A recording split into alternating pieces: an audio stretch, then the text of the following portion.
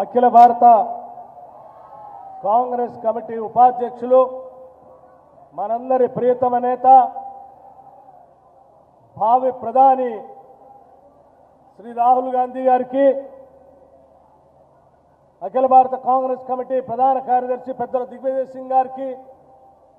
కార్యదర్శి కుంతియా గారికి,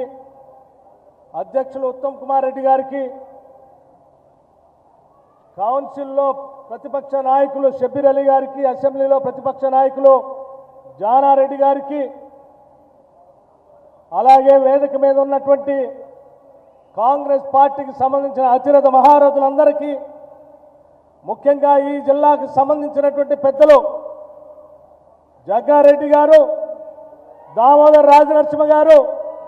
గీతారెడ్డి గారు, సునీత లక్ష్మారెడ్డి గారు,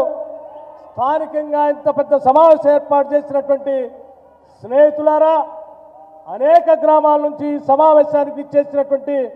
సోదర సోదరీమణులారా, మీ అందరికి కూడా ముందుగా నా హృదయపూర్వకమైనటువంటి నమస్కారాలు తెలియజేస్తా ఉన్నాను. ఇప్పుడే సుదీర్ఘంగా మన ప్రియతమ నేత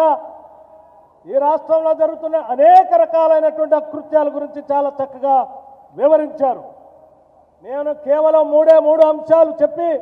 ముగించదలుచుకున్నాను. స్నేహితులారా, ఎన్నో ఆశలతో దశాబ్దాలు పోరాటం చేసి తెచ్చుకున్నటువంటి తెలంగాణ రాష్ట్రంలో ఉన్నటువంటి రైతాంగ సోదరులు బంగారు భవిష్యత్తు ఉంటుందని ఆశిస్తే, ఈ రాష్ట్రంలో ఆత్మాభిమానంతో బతికేటువంటి రైతాంగ సోదరుల చేతులకి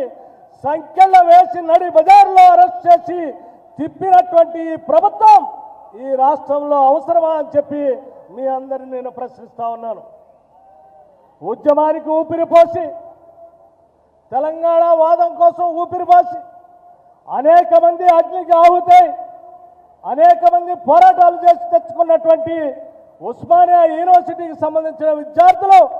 ఉద్యోగాలు కావాలని అడిగితే అనేక రకాలైనటువంటి కేసులు పెట్టి ఉస్మానియా యూనివర్సిటీని కంచెతో బంధించి ఓపెన్ జైలుగా చేసి అక్కడ ఉన్నటువంటి విద్యార్థుల్ని ఖైదీలుగా చేసినటువంటి ఈ ప్రభుత్వం అవసరమా అని కూడా నేను అడుగుతూ ఉన్నాను. ఆనాడు ఉమ్మడి రాష్ట్రంలో 2013లో 13లో ఎస్సీ సబ్ ప్లాన్ తీసుకొచ్చినటువంటి కాంగ్రెస్ ప్రభుత్వం తీసుకొచ్చిన ఆ చట్టాన్ని గత 3 సంవత్సరాలుగా అమలు చేయకుండా దాదాపు 30,000 కోట్ల రూపాయలని పక్కదారి పట్టించినటువంటి ఈ ప్రభుత్వం ఈ తెలంగాణ రాష్ట్రంలో అవసరమా అని కూడా ఈ సందర్భంగా నేను అడుగుతా ఉన్నాను. అందుకోసమే మిత్రులారా, ఈ రాష్ట్రంలో ఉన్నటువంటి మహిళలు కానీ, యువకులు కానీ, రైతులు కానీ, లేకపోతే పోరాటం చేసినటువంటి విద్యార్థులు కానీ అందరూ కూడా గత 3 సంవత్సరాలుగా వంచనకి గురయ్యారు. ఆ వంచనకు గురవుతున్నటువంటి ఈ సందర్భంలో అందరూ ఏకమై ఈ తెలంగాణ రాష్ట్రం కేవలం 3 సంవత్సరాల్లో 70,000 కోట్ల రూపాయలు అప్పు చేసి తాకట్టు పెట్టిన ఈ రాష్ట్రాన్ని విడిపించుకోవడం కోసం మరొక్కసారి పోరాటం చేయవలసినటువంటి సమయం ఆసన్నమైందని చెప్పి మీ అందరికీ తెలియజేస్తూ, ఆ పోరాటానికి సిద్ధం కావాల్సిందిగా కూడా పిలిపిస్తూ, మీ వచ్చినటువంటి మీ అందరికి కూడా మరొక్కసారి ధన్యవాదాలు తెలియజేసుకుంటూ సెలవు తీసుకుంటూ ఉన్నాను. జై హింద్, జై కాంగ్రెస్.